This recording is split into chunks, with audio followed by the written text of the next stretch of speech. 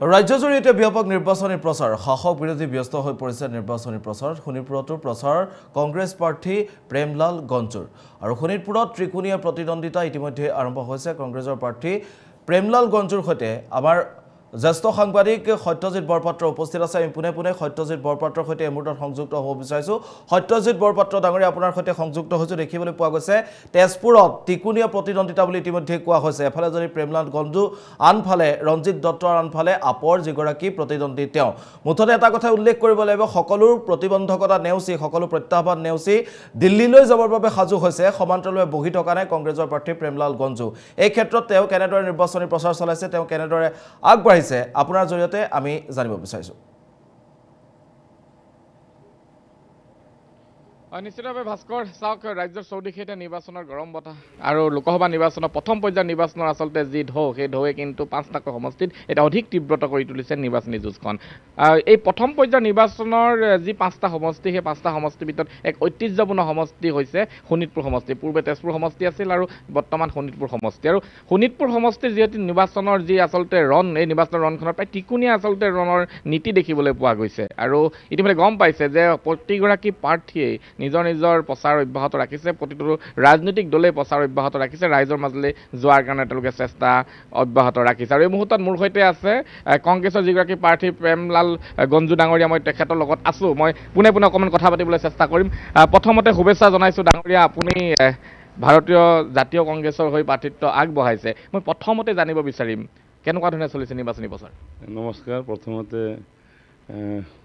প্ৰথম খবৰৰ সমূহ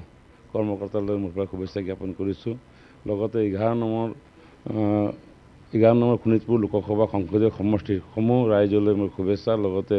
আগন্তুক ৰঙালী বিহুৰ শুভেচ্ছা জ্ঞাপন কৰিছোঁ আৰু আপুনি সুধিছে কি ধৰণে চলিছে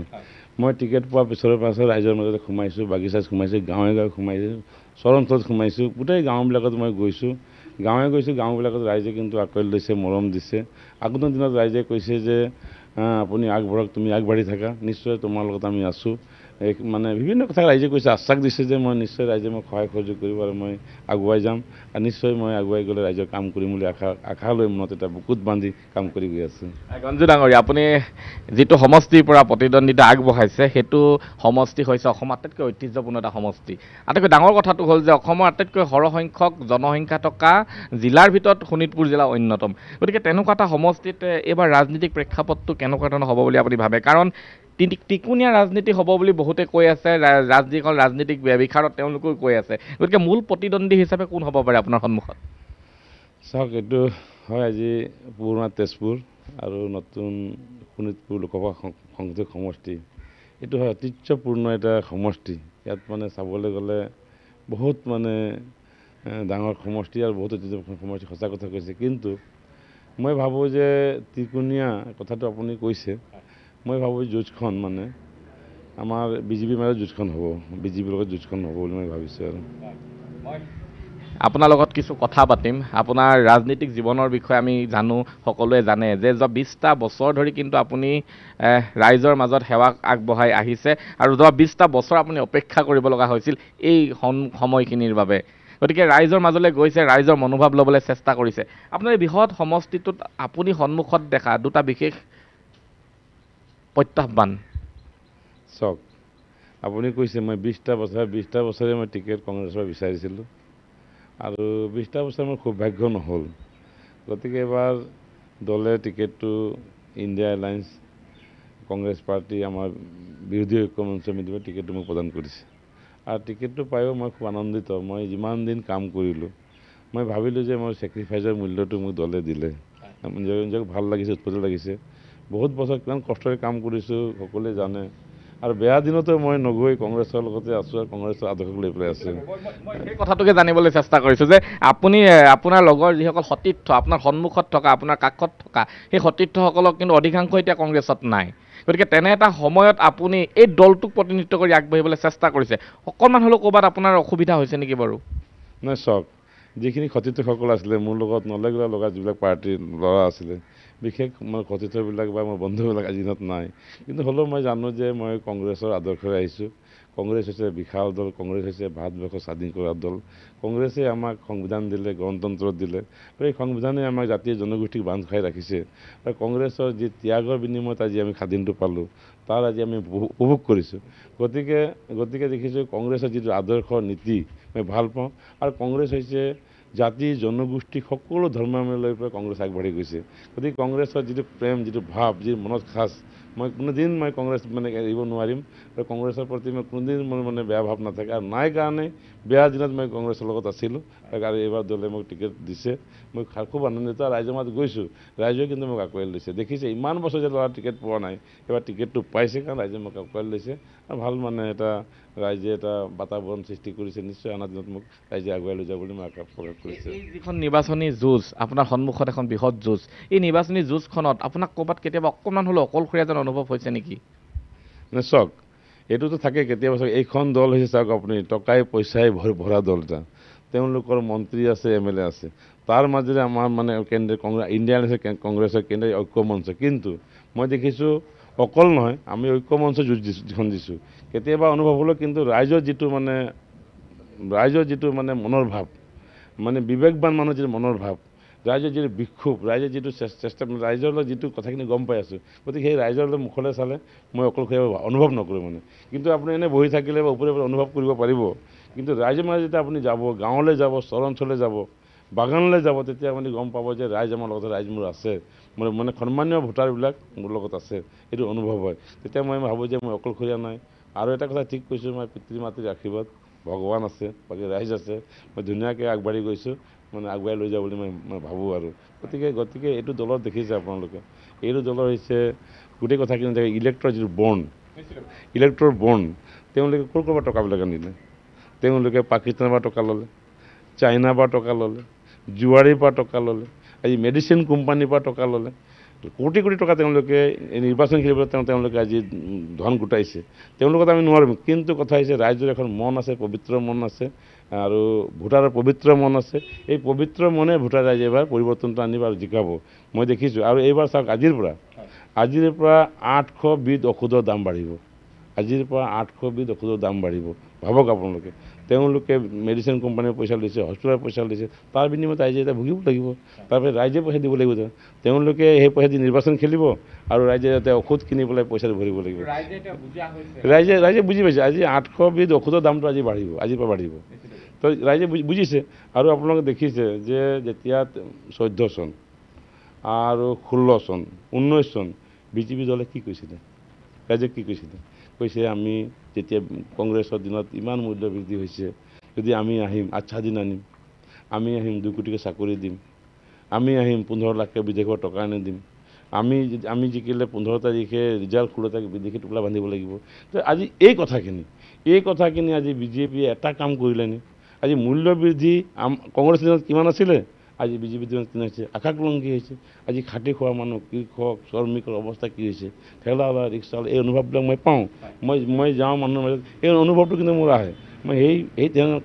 তেনেকৈ মই আহিছোঁতো। যেতিয়া ৰাইজৰ দুখ দেখোঁ, এই অনুভৱবিলাক বিৰাট অনুভৱবিলাক কৰোঁ। ৰাইজৰ কি অৱস্থা আজি হৈছে, ৰাইজ কোনফালে গৈছে। গতিকে ৰাইজ ক্ষোভিত। এইবাৰ ৰাইজে পৰিৱৰ্তন আনিব। কোনোদিন তেওঁলোকে কাম নকৰিলে, 2 কোটি চাকৰিও নিদিলে, পইচাও নাহিলে, আৰু বিদেশীও নগ'ল। লাষ্টত আপোনালোকে দেখিছে, কোনো দিন অসমীয়া ৰাইজে, জাতি জনগোষ্ঠীয়ে সকলো মিলি এখন বৰ অসম, জাতি জনগোষ্ঠীৰ এখন আমি আজি বৰ অসম হৈছে। আজি আমি অসমীয়া জাতি সত্তাক আমি জীয়াই ৰাখিছোঁ। আমি আজি অসমীয়া হৈছে, মই গৌৰৱান্বিত, মই টিকেট পাই। গতিকে আজি কোনোদিনে কোনো কালে কাখন কিন্তু অসমীয়া ৰাইজে বিচৰা নাছিলে। তথাপি কাখন তেওঁলোকে জাপি দিলে। তো এতিয়া শংকিত মানুহ, আমাৰ ভাষা, সাহিত্য, সংস্কৃতি জীয়াই থাকিব নাথাকিব, ভৱিষ্যত প্ৰজন্মৰ কি অৱস্থা হ'ব। কিন্তু ৰাইজ শংকিত। মই ভাবিছোঁ অনাগত দিনত বিবেকবান ভোট আৰু ৰাইজে প্ৰত্যুত্তৰটো দিব। ভাস্কৰ,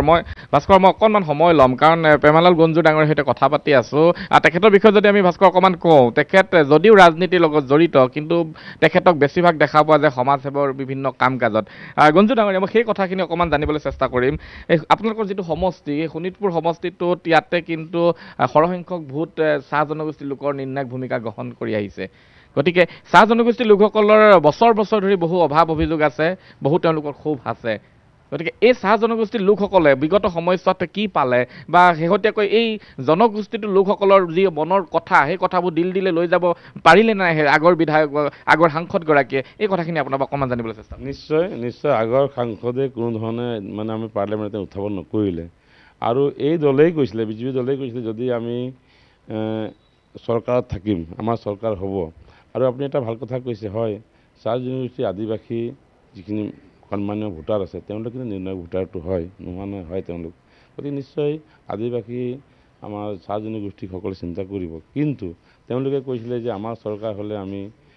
আমি জনজাতিকৰণ দিম লগতে চাহ জনগোষ্ঠী আদিবাসী মৰাণ মটক কোচ ৰাজবংশী প্ৰায় 6 জনগোষ্ঠী জনজাতিকৰণ দিয়াৰ কথা এইটো নহ'ল আৰু বিশেষকৈ কৈছিলে যে আমাৰ যি চাহ শ্ৰমিক আজি যুগ যুগ ধৰি ইয়াত মানে বসবাস কৰি আছে ইমান কষ্ট কৰি আজি